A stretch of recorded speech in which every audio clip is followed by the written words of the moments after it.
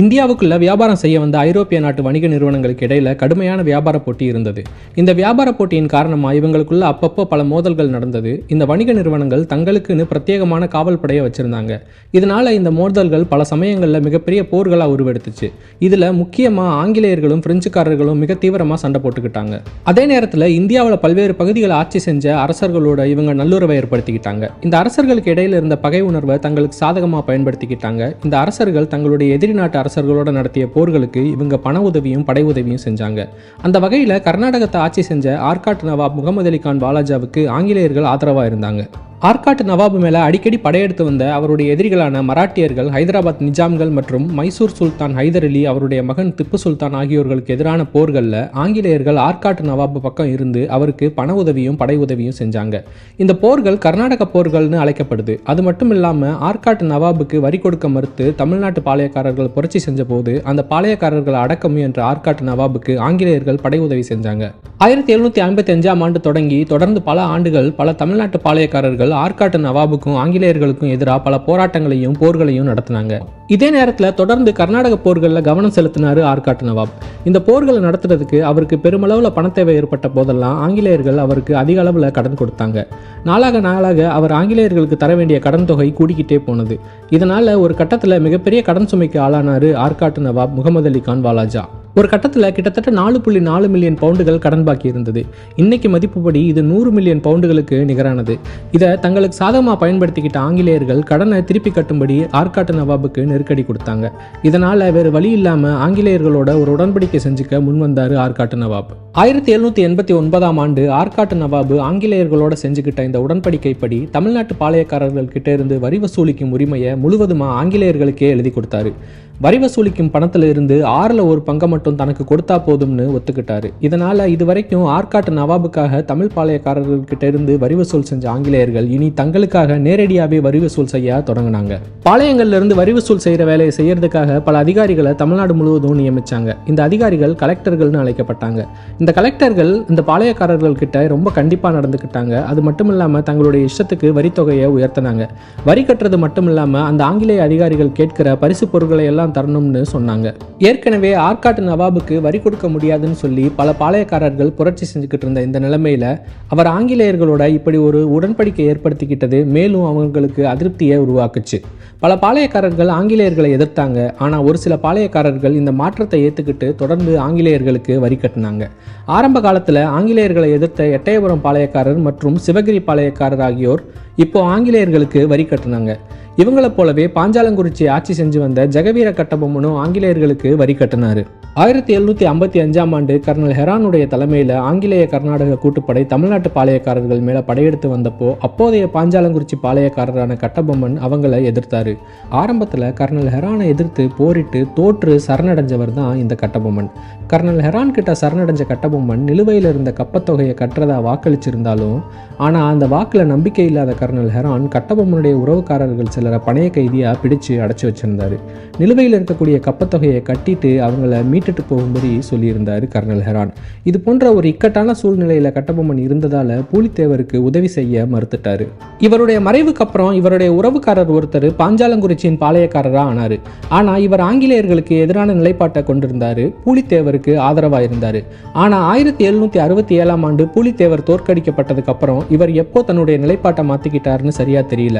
ஆனால் இவருக்கு அப்புறம் பாஞ்சாலங்குறிச்சியின் பாளையக்காரராக இருந்தவங்க தொடர்ந்து ஆங்கிலேயர்களுக்கும் ஆர்காட் நவாபுக்கும் வரி கட்டியிருக்காங்க. 1790ஆம் ஆண்டு வரைக்கும் பாஞ்சாலங்குறிச்சியின் பாளையக்காரராக இருந்த 4ஆம் தலைமுறை கட்டபொம்ம அரசரான ஜெகவீர கட்டபொம்மனும் வரி கட்டியிருக்காருன்னு தெரிய வருது. இந்த ஜெகவீர கட்டபொம்மனுக்கு வீரபாண்டியன், குமாரசாமி, துரைசிங்கம்னு 3 மகன்களும் ஈஸ்வரவடிவு, துரைக்கண்ணுன்னு 2 மகள்களும் இருந்தாங்க. இதில் வீரபாண்டியன் கருப்பான நிறம் உடையவர் என்பதால கருத்தையா என்று அழைக்கப்பட்டார். துரைசிங்கம் சிவப்பான நிறத்தை உடையவர் என்பதால சிவத்தையா என்று அழைக்கப்பட்டார். ஆனால் குமாரசாமி ஊமைத்துறை என்று அழைக்கப்பட்டார். இதற்கு 2 வெவ்வேறு காரணங்கள் கூறப்படுது. அண்ணன் தம்பிகள் 3 பேர்ல ஊமைத்துறை தான் எல்லோரையும் கவரக்கூடிய வகையில நல்லா பேசும் ஆற்றல் உடையவர். இவருடைய சிறப்பான பேச்சாற்றலை கேலி செய்யும் விதமா தான் இவருக்கு ஊமைத்துறைன்னு எதிர்ப்பதமா பேர் வச்சாங்க. ஆனா இவருக்கு எதிராக போர் செஞ்ச மேஜர் ஜேம்ஸ் வெல்ஷ் என்ற ஆங்கிலேய அதிகாரி ஊமைத்துறை பிறவியிலேயே பேசும் திறனும் கேட்கும் திறனும் இல்லாதவர்னு தன்னுடைய குறிப்புகளில் எழுதி வச்சாரு. இதுதான் இன்றளவு நம்பப்பட்டு வருது. ஆனா உண்மையில ஊமைத்துறை நன்றாகவே பேசும் திறன் உடையவர். ஊமைத்துரை ஒரு சிறந்த ராஜதந்திரி, ஒரு திறமையான படைத்தளபதி, அனைத்து போர் யுக்திகளையும் நுணுக்கங்களையும் கற்று வச்சிருந்த ஒரு துடிப்பான வீரர். தொடக்கத்திலிருந்தே தன்னுடைய அண்ணன் வீரபாண்டிய கட்டபொம்மனுக்கு தோளோடு தோளா நின்று உறுதுணையா இருந்தாரு ஊமைத்துரை. கட்டபொம்மனுடைய அனைத்து சாதனைகளிலும் ஊமைத்துறையின் பங்கு மிகவும் முக்கியமானது. கட்டபொம்மன் தன்னுடைய தம்பிகள் மேல அசைக்க முடியாத நம்பிக்கை வச்சிருந்தாரு. அதே நேரத்தில் எல்லோரிடமும் அன்பாகவும் மனிதாபிமானத்தோடும் நட்பாகவும் பழகக்கூடியவர் ஊமைத்துரை. எந்த அளவுக்குன்னா பல ஆங்கிலேயர்கள் கூட இவருக்கு நல்ல நண்பர்களாக இருந்திருக்காங்க. இவ்வளவு ஏன் பரம்பரை விரோதியான எட்டயபுர பாளையக்காரர் எட்டப்பன் கூட இவருக்கு ஒரு நல்ல நண்பராக இருந்திருக்காரு. அந்த அளவுக்கு ஒரு சிறந்த மனிதர் தான் ஊமைத்துரை. இந்த சூழ்நிலையில் 1790ஆம் ஆண்டு ஜெகவீர கட்டபொம்மனுடைய மூத்த மகன் வீரபாண்டியன் வீரபாண்டிய கட்டபொம்மன் என்ற பட்டப்பெயரோட பாஞ்சாலங்குறிச்சி 47வது பாளையக்காரரா, அதே நேரத்தில் 5ஆம் தலைமுறை கட்டபொம்ம அரசரா தன்னுடைய 30வது வயதில் பதவியேற்றாரு. இவர் தன்னுடைய மக்கள் மேல ரொம்பவும் அன்பு வச்சிருந்தாரு. இதனால மக்களும் தங்களுடைய மன்னர் மேல அன்பு வச்சிருந்தாங்க. அவருக்காக உயிரை கூட கொடுக்கிற அளவுக்கு துணிஞ்சவங்களா இருந்தாங்க. வீரபாண்டிய கட்டபொம்மன் இயல்பாவே நிதானமான சுபாவத்தை கொண்டவராக இருந்தார். சமாதானத்தை விரும்பின இவர் சட்டத்திட்டங்களுக்கு கட்டுப்பட்டவராக இருந்தார். இதனால ஆங்கிலேயர்களுக்கு வருடாவரணம் தவறாமல் வரி கட்டினாரு. அதே நேரத்தில் ஆங்கிலேயர்களோட நட்புறவோடு இருந்தார். அதுலேயும் குறிப்பாக தூத்துக்குடியை நிர்வாகம் செஞ்ச டேவிட்சன் என்ற ஆங்கிலேய அதிகாரி கிட்ட ரொம்ப நட்பாக இருந்திருக்காரு. அந்த ஆங்கிலேய அதிகாரியும் வீரபாண்டிய கட்டபொம்மன் மேல மிகுந்த மதிப்பு மரியாதையும் கொண்டவராக இருந்திருக்காருன்னு சில வரலாற்று குறிப்புகள் சொல்லுது. இந்த நிலைமையில 1792ஆம் ஆண்டு பாளையங்களின் எல்லையை மறுசீரமைச்ச ஆங்கிலேயர்கள் பாஞ்சாலங்குறிச்சியில இருந்த ஒரு சில கிராமங்களை எட்டயபுரம் பாளையத்தில் சேர்த்தாங்க. ஏற்கனவே எட்டயபுரம் பாளையத்துக்கும் பாஞ்சாலங்குறிச்சி பாளையத்துக்கும் இடையில பரம்பரை பகை இருந்த இந்த நேரத்தில் ஆங்கிலேயர்களுடைய இந்த நடவடிக்கை கட்டபொம்மனுக்கு அதிருப்தியை ஏற்படுத்துச்சு. இதனால கட்டபொம்மனுக்கும் ஆங்கிலேயர்களுக்கும் இடையில இருந்த உறவுல விரிசல் ஏற்பட்டது.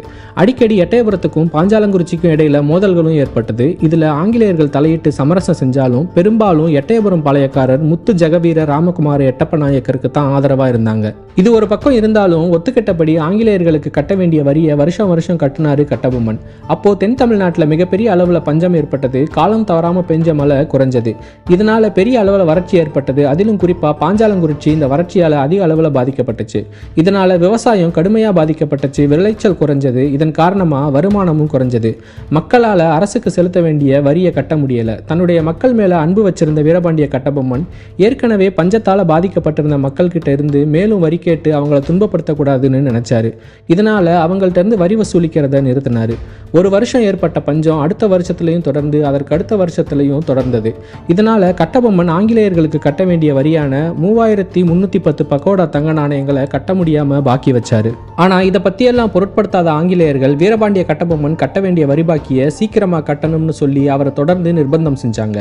எவ்வளவுதான் தன்னுடைய நிலைமையை எடுத்து சொன்னாலும் அதை அவங்க ஏத்துக்கிறதா இல்லை. இதனால ஆங்கிலேயர்கள் மேல கட்டபொம்மனுக்கு அதிருப்தியும் வெறுப்பும் உருவாச்சு.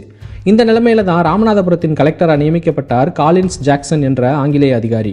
திருநெல்வேலி பகுதியில் இருந்த பாளையக்காரர்கள்கிட்ட இருந்து வரி வசூலிக்கிற பொறுப்பு இவருடையது. கட்டபொம்மன் கடந்த ஒரு சில வருஷங்களா வரி கட்டாம பாக்கி வச்சிருக்காருங்கிற காரணத்தை சொல்லி ஒரு படையை அனுப்பி அவரை கைது செய்ய நினைச்சாரு.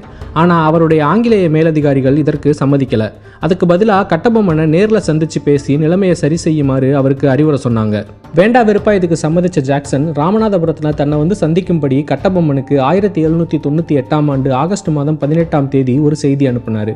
பிரச்சனையை சுமூகமாக தீர்த்துக்க நினைச்ச கட்டபொம்மன் ஜாக்சனை சந்திப்பதற்காக ராமநாதபுரத்துக்கு புறப்பட்டாரு. ஆனால் அதே நேரத்தில் கட்டபொம்மனை அலைக்கழிக்கணும்னு நினைச்சாரு ஜாக்சன். இதனால செய்தியை அனுப்பின உடனேயே ராமநாதபுரத்திலிருந்து புறப்பட்டு திருநெல்வேலி முழுவதும் சுற்றுப்பயணம் போனார். இதனால கட்டபொம்மன் ராமநாதபுரத்துக்கு வந்து பார்த்தப்போ அங்கே ஜாக்சன் இல்லை. அவர் சுற்றுப்பயணம் போகிற வழியில் குற்றாலத்துக்கு வர்றாருங்கிற செய்தியை தெரிஞ்சுக்கிட்ட கட்டபொம்மன் குற்றாலத்துக்கு போய் காத்திருந்தாரு. ஆனால் குற்றாலத்துக்கு வந்த ஜாக்சன் வேணும்னே கட்டபொம்மனை சந்திக்காமலே அங்கிருந்து கிளம்பி போனார். தன்னை மறுபடியும் ராமநாதபுரத்திலே சந்திக்கும்படி கட்டபொம்மனுக்கு செய்தி அனுப்பிட்டு போனார் ஜாக்சன். இது கட்டபொம்மனுக்கு மனசுக்குள்ள ஆத்திரத்தை ஏற்படுத்துச்சு. இருந்தாலும் பொறுமையாக இருந்தார்.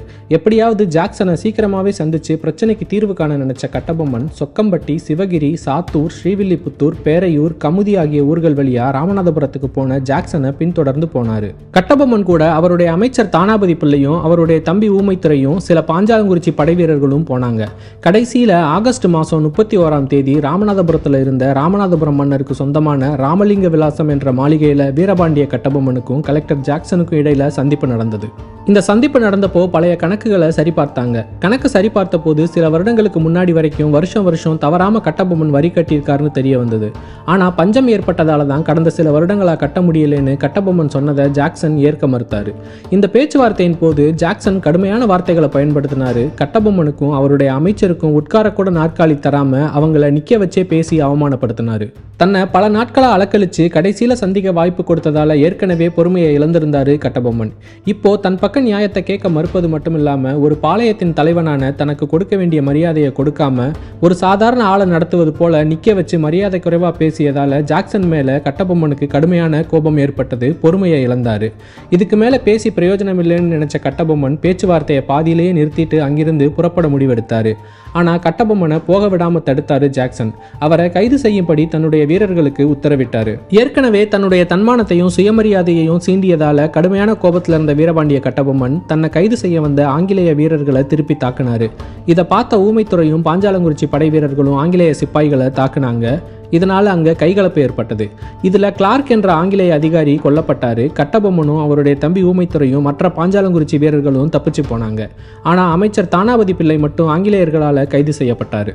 ராமநாதபுரத்திலிருந்து தப்பிச்சு பாஞ்சாலங்குறிச்சிக்கு வந்து சேர்ந்த கட்டபொம்மன் தான் அலைக்கழிக்கப்பட்டது, அவமானப்படுத்தப்பட்டதுன்னு எல்லாத்தையும் விலாவரியா எடுத்து சொல்லி ஒரு கடிதம் எழுதி அதை ஆங்கிலேய நிர்வாகத்துக்கு அனுப்பினாரு. தன்கிட்ட முறைகேடாக நடந்துக்கிட்ட கலெக்டர் ஜாக்சன் மேலே நடவடிக்கை எடுக்கணும்னு கேட்டுக்கிட்டாரு. அதோட கைது செய்யப்பட்ட தன்னுடைய அமைச்சர் தானாபதி சிவசுப்பிரமணிய பிள்ளையையும் விடுதலை செய்யணும்னு கேட்டுக்கிட்டாரு. இந்த கடிதத்தை படித்த ஆங்கிலேய ஆளுநர் எட்வர்ட் கிளைவ் கட்டபொம்மன் பக்கம் இருந்த நியாயத்தையும் அவருடைய குற்றச்சாட்டையும் ஏற்றுக்கிட்டாரு. ராமலிங்க விலாச மாளிகையில் நடந்த சம்பவத்தை பற்றி நீதி விசாரணை செய்ய ஒரு குழுவை நியமித்தார். வில்லியம் ஆர்ம், வில்லியம் பிரவுன், ஜான் காஸ்மயர் என்ற 3 ஆங்கிலேய அதிகாரிகளுடைய தலைமையில் விசாரணை தொடங்குச்சு. இந்த குழுவின் முன்பு தோன்றின கட்டபொம்மனும் ஜாக்சனும் தங்களுடைய தரப்பு வாதங்களை தெரிவித்தாங்க. இந்த விசாரணையோட முடிவில் கட்டபொம்மன் மேலே எந்த தவறும் இல்லைன்னு தெரிய வந்தது. இதனால் இவர் மேலே இருந்த குற்றச்சாட்டுகள் எல்லாமே தள்ளுபடி செய்யப்பட்டன. நடந்த குழப்பங்கள் எல்லாத்துக்குமே கலெக்டர் ஜாக்சனுடைய தவறான அணுகுமுறை தான் காரணம்னு தெரிய வந்தது. ஜாக்சன் மேலே கட்டபொம்மன் வைச்ச குற்றச்சாட்டுகள் எல்லாமே நியாயமானதுன்னு அந்த குழு ஒத்துக்கிட்டாங்க. இதனால் அவர் பணி நீக்கம் செய்யப்பட்டார். அவருக்கு பதிலாக SR லசிங்டன் என்பவர் ராமநாதபுரத்தின் புதிய கலெக்டராக நியமிக்கப்பட்டார்.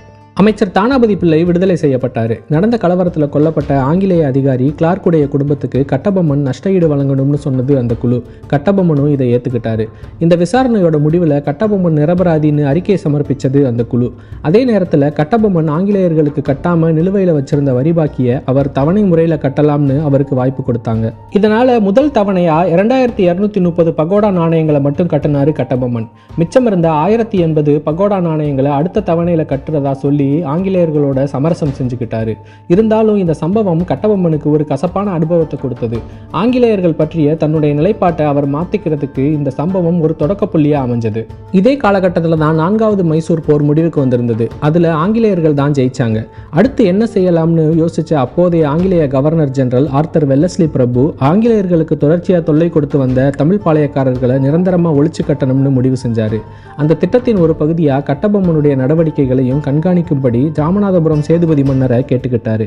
கட்டபொம்மனுடைய பரம விரோதியான எட்டயபுரம் பாளையக்காரர் முத்து ஜெகவீர ராமகுமார எட்டப்ப நாயக்கரை தன்னுடைய கட்டுப்பாட்டுக்குள்ள வச்சுக்கிட்டாரு.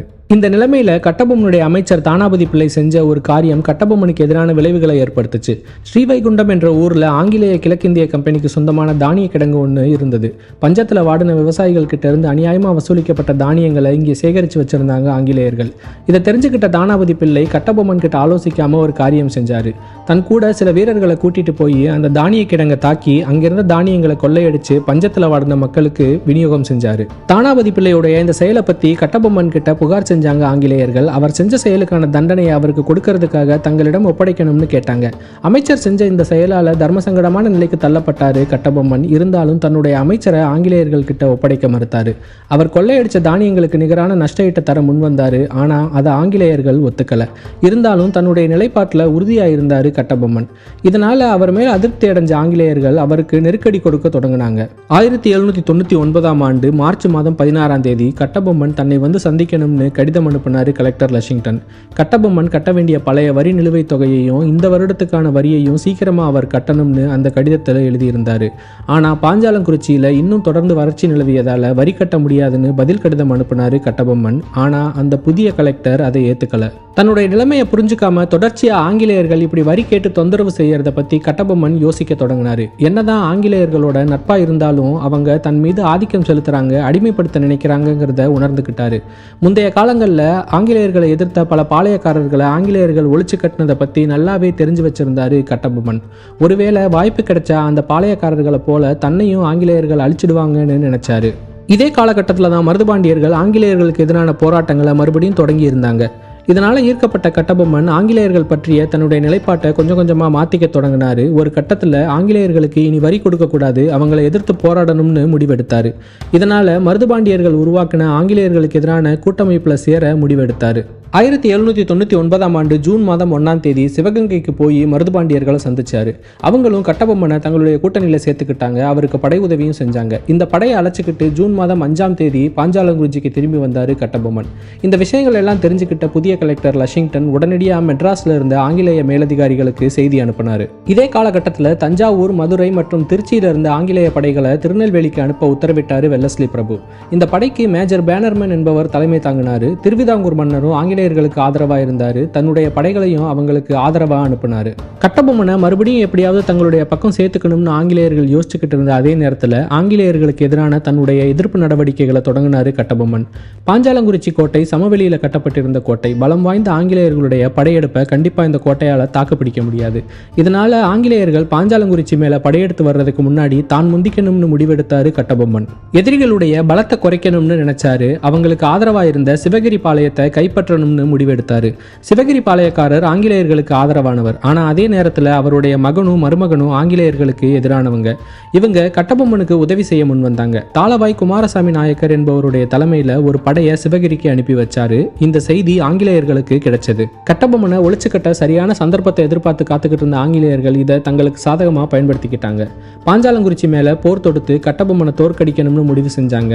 மேஜர் பேனர்மேன் தலைமை தாங்கிய ஆங்கிலேய படை செப்டம்பர் மாதம் 1ஆம் தேதி பாஞ்சாலங்குறிச்சியை நோக்கி புறப்பட்டது. இந்த படை பாஞ்சாலங்குறிச்சியை போய் சேர்றதுக்குள்ள, அதாவது செப்டம்பர் மாதம் 4ஆம் தேதி கட்டபொம்மன் பாளையங்கோட்டையில தன்னை வந்து சந்திக்கணும்னு எச்சரிக்கை கடிதம் அனுப்பிட்டு தான் புறப்பட்டாரு பேனர்மேன்.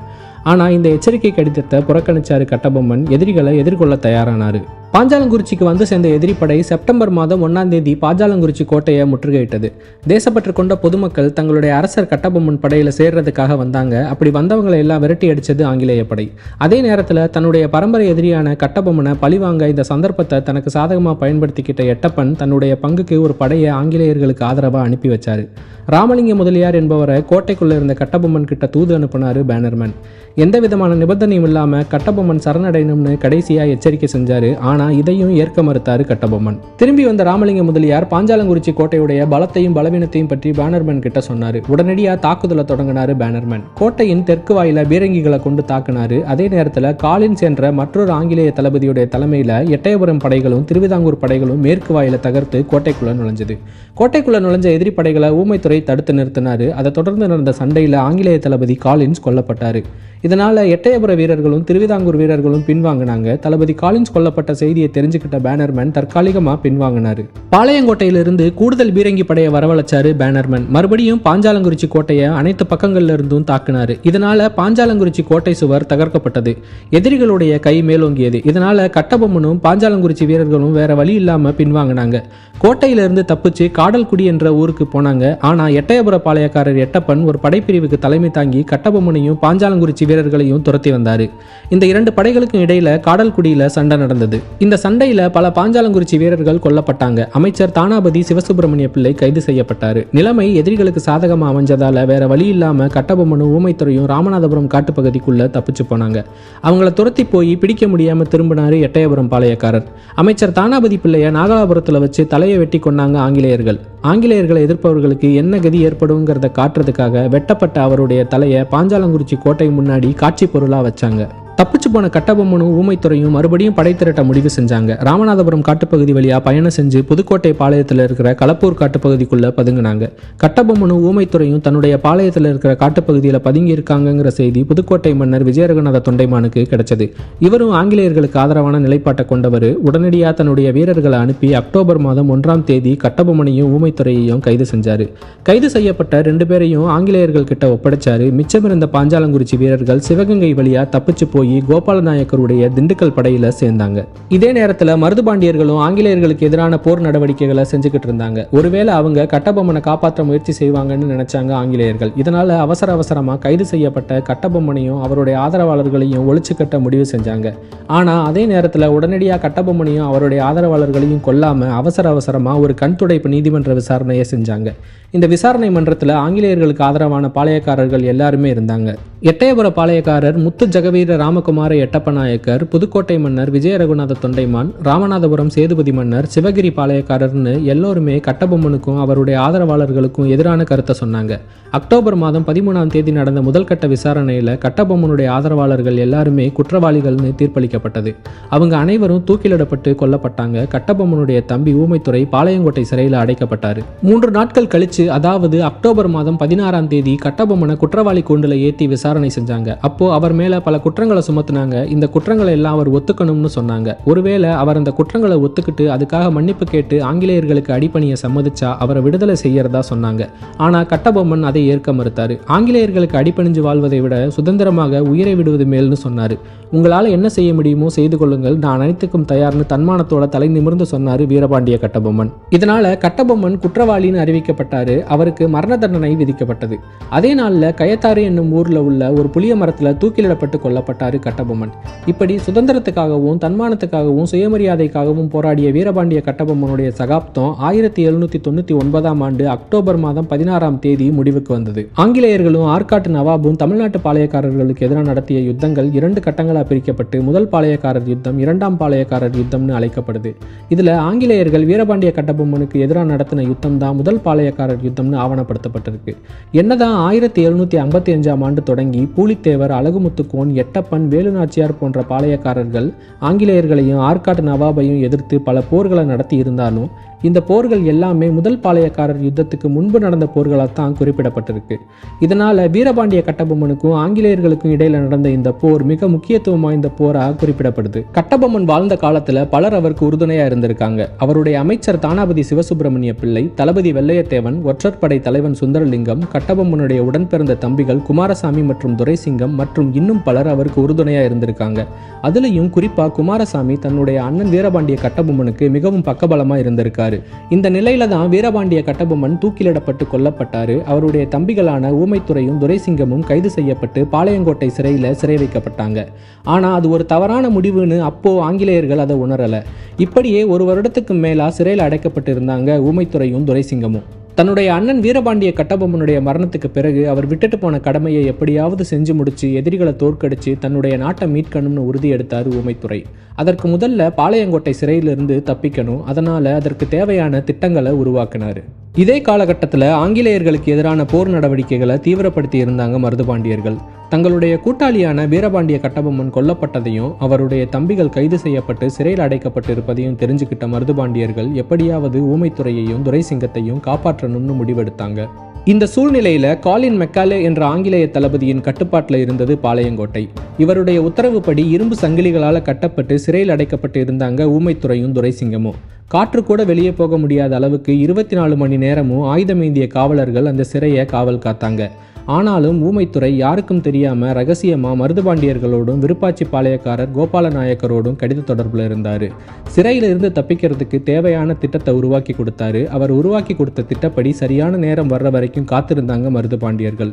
அப்போ தமிழ்நாட்டின் பல பகுதிகளில் பெரிய அம்மை நோய் பரவியது. அப்படி பரவின அம்மை நோய் பாளையங்கோட்டை சிறையில் அடைக்கப்பட்டிருந்த கைதிகளுக்கும் பரவியது. இதனால கைதிகளை கட்டி வச்சிருந்த இரும்பு சங்கிலிகளை தற்காலிகமாக அகற்றி இருந்தாங்க ஆங்கிலேயர்கள். அதே நேரத்தில் பாளையங்கோட்டையில் இருந்த ஆங்கிலேய படைகள் சங்கரன் கோவிலுக்கு அனுப்பப்பட்டிருந்தது. கோட்டையின் மறுபகுதியில் தன்னுடைய ஆங்கிலேய நண்பர்களுக்கு ஒரு மிகப்பெரிய விருந்துக்கு ஏற்பாடு பண்ணியிருந்தார் கோட்டை தளபதி மெக்காலே. இதனால சிறைச்சாலையில் 2 காவலர்கள் மட்டும்தான் காவல் பணியில் ஈடுபட்டிருந்தாங்க. இந்த சந்தர்ப்பத்தை பயன்படுத்திக்க நினைச்ச ஊமைத்துறை உடனடியாக மருதுபாண்டியர்களுக்கு செய்தி அனுப்பினார். ஊமைத்துறை அனுப்பின செய்தி கிடைச்ச உடனே திறமையான 200 வீரர்களை கொண்ட ஒரு சிறிய படையை அனுப்பினாங்க மருதுபாண்டியர்கள். இந்த படைக்கு குமார அழகுமுத்து என்பவர் தலைமை தாங்கினார். இவர் 1757ஆம் ஆண்டு கான் சாஹிப் யூசுப் கானால் கொல்லப்பட்ட கட்டாளங்குள பாளையக்காரர் அழகுமுத்துக்கோனின் மகன். இவரும் அவருடைய தந்தையைப் போலவே ஆங்கிலேயர்களுக்கு எதிராக போராடினார். இதனால மருதுபாண்டியர்களின் கூட்டாளியா இருந்தார். ஊமைத்துறை உருவாக்கி கொடுத்த திட்டப்படி 1801 பிப்ரவரி மாதம் 2ஆம் தேதி குமார அழகுமுத்துவும் அவரோடு வந்த வீரர்களும் மாறுவேடம் போட்டுக்கிட்டு கோட்டைக்குள்ள நுழைஞ்சாங்க. சிறை காவலாளிகள் அசந்திருந்த நேரத்தில் சிறைச்சாலையை தாக்குனாங்க. சிறையில் அடைக்கப்பட்டிருந்த ஊமைத்துறையையும் துரைசிங்கத்தையும் இன்னும் பல கைதிகளையும் தப்பிக்க வச்சாங்க. அப்போ ஏற்பட்ட சண்டையில் ஊமைத்துறையை நோக்கி ஒரு எதிரி வீரன் ஈட்டியை வீசினான். ஆனால் கண்ணிமைக்கும் நேரத்தில் ஊமைத்துறைக்கு முன்னாடி பாஞ்சு வந்து அந்த ஈட்டியை தன்னுடைய மார்பில் தாங்கினாரு குமார அழகுமுத்து. அந்த ஈட்டி அவருடைய மார்பில் குத்தியது. இதனால அந்த இடத்திலேயே வீரமரணம் அடைஞ்சாரு. இப்படி தன்னுடைய உயிரை கொடுத்து ஊமைத்துறையோட உயிரை காப்பாத்தினாரு குமார அழகுமுத்து. அவர் செஞ்ச தியாகத்தால சிறையிலிருந்து தப்பிச்சாங்க ஊமைத்துறையும் துரைசிங்கமும். பாளையங்கோட்டை சிறையிலிருந்து தப்பிச்ச ஊமைத்துறையும் துரைசிங்கமும் மற்ற கைதிகளும் அவங்களை காப்பாற்றின வீரர்களும் பாஞ்சாலங்குறிச்சி நோக்கி முன்னேறினாங்க. போற வழியில தேசப்பற்று கொண்ட பொதுமக்களும் வீரர்களும் ஊமைத்துறையுடைய படையில சேர்ந்துக்கிட்டாங்க. இதனால மிகப்பெரிய புரட்சி படை உருவானது. பாஞ்சாலங்குறிச்சி போற வழியில அவங்க கண்ணில் பட்ட ஆங்கிலேய முகாம்களை தாக்கி எதிரி வீரர்களை கொன்னு அவங்களுடைய ஆயுதங்களையும் எடுத்துக்கிட்டாங்க. ஆங்கிலேயர்களுக்கு சொந்தமான பல தானிய கிடங்குகளை சூறையாடினாங்க. ஆழ்வார் திருநகரி, ஸ்ரீவைகுண்டம், காடல்குடி, நாகலாபுரம், கோலார்பட்டி ஆகிய ஊர்களை கைப்பற்றினாங்க. இதற்கிடையில ஊமைத்துறையும் துரைசிங்கமும் தப்பிச்ச செய்தியை கேள்விப்பட்ட ஆங்கிலேய படை சங்கரன் கோவிலிருந்து கிளம்பியது. தப்பிச்சு போனவங்களை மறுபடியும் பிடிக்கிறதுக்காக அவங்கள பின்தொடர்ந்து வந்தது. பிப்ரவரி மாதம் 3ஆம் தேதி குலசேகரநல்லூர் என்னும் ஊர்ல இந்த ஆங்கிலேய படைக்கும் ஊமைத்துறையின் புரட்சி படைக்கும் சண்டை நடந்தது. இந்த சண்டையில தோற்கடிக்கப்பட்டது ஆங்கிலேய படை. அதற்கடுத்து பாஞ்சாலங்குறிச்சி நோக்கி முன்னேறியது ஊமைத்துறையின் புரட்சி படை. ஊமைத்துறை சிறையில் அடைக்கப்பட்டிருந்த இந்த ஒரு வருட இடைவெளியில ஆங்கிலேயர்களால் தாக்கப்பட்டு தரைமட்டமாக்கப்பட்டிருந்த பாஞ்சாலங்குறிச்சி கோட்டையை மறுபடியும் புதுப்பிச்சு கட்டியிருந்தாங்க பாஞ்சாலங்குறிச்சி மக்கள். ஏற்கனவே பாஞ்சாலங்குறிச்சியில ஒரு மிகப்பெரிய புரட்சி படை ஊமைத்துறைக்காக காத்திருந்தது. ஊமைத்துறையும் தன்னுடைய புரட்சி படையை அழைச்சிக்கிட்டு பாஞ்சாலங்குறிச்சிக்கு வந்து சேர்ந்தாரு. இதனால 10,000க்கும் மேற்பட்ட வீரர்களை கொண்ட ஒரு மிகப்பெரிய படை உருவானது. பிப்ரவரி மாதம் 10ஆம் தேதி பாளையங்கோட்டை தளபதி மெக்காலே ஒரு மிகப்பெரிய படைக்கு தலைமை தாங்கி பாஞ்சாலங்குறிச்சி மேல படையெடுத்து வந்தாரு. அங்கு வந்து சேர்ந்த அவருக்கு மிகப்பெரிய ஆச்சரியம் காத்திருந்தது. கட்டபொம்மனுக்கு எதிரான போர்ல தரைமட்டமாக்கப்பட்டிருந்த பாஞ்சாலங்குறிச்சி கோட்டை இப்போ மிக வலிமையான கோட்டையா புதுப்பிச்சு கட்டப்பட்டிருந்தது. அந்த கோட்டையை பாதுகாக்க மிகப்பெரிய புரட்சி படை தயாரா இருந்தது. இருந்தாலும் மெக்காலே பாஞ்சாலங்குறிச்சி கோட்டையை தாக்குனாரு. ஆனாலும் அவரால் கோட்டையை தகர்க்க முடியல. இந்த போர்ல ஊமைத்துறை தலைமை தாங்கின பாஞ்சாலங்குறிச்சி வீரர்கள் ஆங்கிலேயர்களை தோற்கடிச்சாங்க. வேற வழி இல்லாம தளபதி மெக்காலே பின்வாங்கினாரு. இந்த போர்ல ஜெயிச்ச ஊமைத்துறை பாஞ்சாலங்குறிச்சியின் பாளையக்காரரா பதவியேற்றாரு. உடனடியா மருதுபாண்டியர்களை சந்திச்சாரு. ஆங்கிலேயர்களுக்கு எதிராக அவங்க உருவாக்கி இருந்த பாளையக்காரர்களின் கூட்டமைப்புல சேர்ந்தாரு. மார்ச் மாதம் 3ஆம் தேதி ஒரு மிகப்பெரிய படைக்கு தலைமை தாங்கி தூத்துக்குடி மேல படையெடுத்தாரு. தூத்துக்குடியில இருந்த ஆங்கிலேய படைகளை தோற்கடிச்சாரு. அந்த ஆங்கிலேய படைக்கு தளபதியா இருந்த ஒரு ஆங்கிலேய அதிகாரியை கைது செஞ்சு பாஞ்சாலங்குறிச்சி சிறையில அடைச்சாரு. அப்போ ஊமைத்துறையின் நல்ல குணத்தை எடுத்து காட்டக்கூடிய ஒரு சம்பவம் நடந்தது. கைது செய்யப்பட்ட அந்த ஆங்கிலேய அதிகாரியின் மனைவி பாஞ்சாலங்குறிச்சிக்கு வந்து தன்னுடைய கணவனை விடுவிக்க வேண்டி ஊமைத்துறை கிட்ட கோரிக்கை வச்சாங்க. அந்த ஆங்கிலேய பெண்ணின் கோரிக்கையை ஏத்துக்கிட்ட ஊமைத்துறை அந்த ஆங்கிலேய அதிகாரியை விடுதலை செஞ்சாரு. அந்த அதிகாரிக்கு வீரவாள் ஒன்றையும் பரிசா தந்தாரு. 2 பாஞ்சாலங்குறிச்சி வீரர்களை அந்த அதிகாரிக்கு வழித்துணையா தூத்துக்குடி வரைக்கும் அனுப்பி வச்சாரு. இப்படி தன்னுடைய எதிரிக்கும் இரக்கம் காட்டினாரு ஊமைத்துறை. பிற்காலத்தில் அந்த ஆங்கிலேய அதிகாரி தன்னுடைய மேலதிகாரிகளுக்கு கடிதம் எழுதும்போது ஊமைத்துறை தனக்கு ஒரு சிறந்த நண்பராக இருந்தார்னு குறிப்பிட்டு எழுதியிருக்காரு. அந்த அளவுக்கு ஒரு மிகச்சிறந்த பண்பு உடைய மனிதராக இருந்தார் ஊமைத்துறை.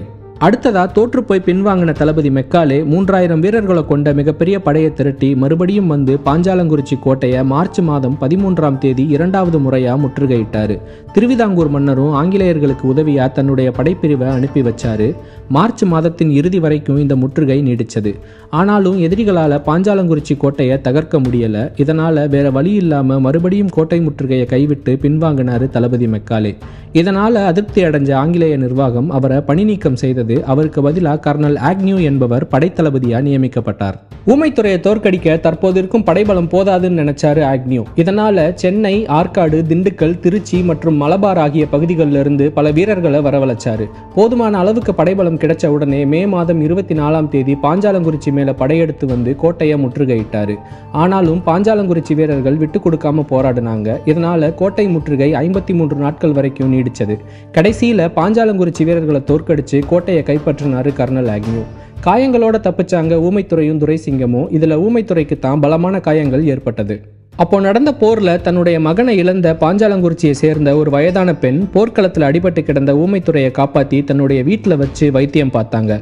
ஊமைத்துறையையும் துரைசிங்கத்தையும் நாடு முழுவதும் சல்லடை போட்டு தேடினாங்க ஆங்கிலேயர்கள். அப்போ அந்த பெண்ணின் வீட்டுக்குள்ளேயும் தேட வந்தாங்க. அப்போ அந்த பெண்மணி ஊமைத்துறையின் முகம் வெளியே தெரியாத அளவுக்கு ஒரு போர்வையை போர்த்தி அவரை வீட்டுக்குள்ள படுக்க வச்சாங்க. தேடி வந்த ஆங்கிலேய வீரர்கள் கிட்ட போர்வைக்குள்ள இருப்பது தன்னுடைய மகன் என்றும் அவனுக்கு அம்மை நோய் பாதிச்சு இருக்குன்னு சொன்னாங்க. இதனால தங்களுக்கும் அம்மை நோய் பாதிச்சிரும்னு பயந்து அங்கிருந்து ஓட்டம் பிடிச்சாங்க ஆங்கிலேயர்கள். இப்படி அந்த வயதான பெண்மணியின் உதவியாலும் சிகிச்சையாலும் உயிர் பிழைச்சாரு ஊமைத்துறை. அடுத்ததா காளையார்கோவில் காட்டுப்பகுதிக்குள்ள இருந்து படை திரட்டிக்கிட்டு இருந்த மருதுபாண்டியர்களை சந்திச்சாரு. இதை தெரிஞ்சுக்கிட்ட கர்னல் ஆக்னியூ ஊமைத்துறையை தன்னிடம் ஒப்படைக்க சொல்லி மருதுபாண்டியர்களை மிரட்டினாரு. ஆனா இந்த மிரட்டலுக்கு பயப்படாத மருதுபாண்டியர்கள் ஊமைத்துறையை ஒப்படைக்க மறுத்தாங்க. இதனால ஆங்கிலேயர்களும் மருதுபாண்டியர்களும் ஒரு மிகப்பெரிய போருக்கு தயாரானாங்க. ஆங்கிலேயர்களும் மருதுபாண்டியர்களும் தங்களுடைய படைபலத்தை பெருக்கினாங்க. ஆங்கிலேயர்களுக்கு எதிரான பல பாளையக்காரர்கள் மருதுபாண்டியர்களுக்கு ஆதரவா படை உதவி செஞ்சாங்க. எட்டயபுரம் பாளையக்காரர் எட்டப்பன், புதுக்கோட்டை மன்னர் விஜயரகுநாத தொண்டைமான், தஞ்சை மன்னர் சரபோஜி மற்றும் திருவிதாங்கூர் மன்னர் ஆகியோர் ஆங்கிலேயர்களுக்கு படை உதவி செஞ்சாங்க. இதனால சிவகங்கையை சுற்றி இருந்த பகுதிகளில் பயங்கரமான போர் சூழல் உருவானது. சிவகங்கை புரட்சிப்படைக்கு ஊமைத்துறை தலைவராக நியமிக்கப்பட்டார். தளபதி மெக்லீன் என்பவர் தலைமையில் காரைக்குடிக்கு வந்த ஆங்கிலேய படையை தோற்கடிச்சார் ஊமைத்துறை. அடுத்து மதுரையை தாக்குனாரு. ஆனா இந்த தாக்குதல்ல அவருக்கு மிகப்பெரிய இழப்பு ஏற்பட்டது. இதனால காளையார்கோவிலுக்கு பின்வாங்கினார். கர்னல் ஆக்னியூ தலைமை தாங்கிய படை காளையார்கோவிலை தாக்கியது. அவருக்கு அடுத்த கட்ட தளபதிகளாக இருந்த தளபதி மெக்காலே, தளபதி இன்னிஸ் மற்றும் தளபதி பிளாக்போர்ன் என்ற 3 தளபதிகள் 3 பக்கங்கள்ல இருந்து மும்முனை தாக்குதல் நடத்தினாங்க. இந்த தாக்குதலை எதிர்த்து வீரமா போராடினாங்க ஊமைத்துறையும் மருதுபாண்டியர்களும். ஆனா கடைசியில தோல்வியை தழுவினாங்க. மறுபடியும் காளையார்கோவில்ல இருந்து தப்பிச்ச ஊமைத்துறையும் துரைசிங்கமும் செப்டம்பர் மாதம் 1 தேதி திண்டுக்கலுக்கு வந்து சேர்ந்தாங்க. அங்கு வந்து சேர்ந்த பிறகும் பல வீரர்களை திரட்டி ஒரு படையை உருவாக்கினாரு ஊமைத்துறை. ஆங்கிலேயர்களின் கட்டுப்பாட்டில் இருந்த விருப்பாட்சியை தாக்கி கைப்பற்றினாரு. அடர்ந்த காட்டுப்பகுதிக்குள்ள மறைஞ்சிருந்து கொரில்லா தாக்குதல் முறையில் ஆங்கிலேயர்களுக்கு எதிராக போராடினாரு. அங்கு நடந்த போரில் ஆங்கிலேய தளபதி ஜோன்ஸ் என்பவரை தோற்கடிச்சாரு. ஆனால் செப்டம்பர் மாதம் 14 தேதி கர்னல் இன்னிஸ் மற்றும் மேஜர் பெரோஸ் என்ற 2 தளபதிகள் தலைமை தாங்கிய ஆங்கிலேய படைக்கும் ஊமைத்துறையின் புரட்சி படைக்கும் இடையில வத்தலகுண்டு பகுதியில் போர் நடந்தது. இந்த போர் 3 நாட்கள் நீடிச்சது. இந்த போரின் முடிவில் ஊமைத்துறையின் புரட்சி படை தோற்கடிக்கப்பட்டது. ஊமைத்துறையும் அவருடைய சகோதரர் துரைசிங்கமும் மற்றும் 65 புரட்சிப்படை வீரர்களும் கைது செய்யப்பட்டாங்க. அங்கிருந்து அவங்கள பாஞ்சாலங்குறிச்சிக்கு கொண்டு வந்தாங்க ஆங்கிலேயர்கள். பிறகு செப்டம்பர் மாதம் 16 தேதி 1801 ஆண்டு ஊமைத்துறையும் அவருடைய சகோதரர் துரைசிங்கமும் தூக்கிலிடப்பட்டு கொல்லப்பட்டாங்க.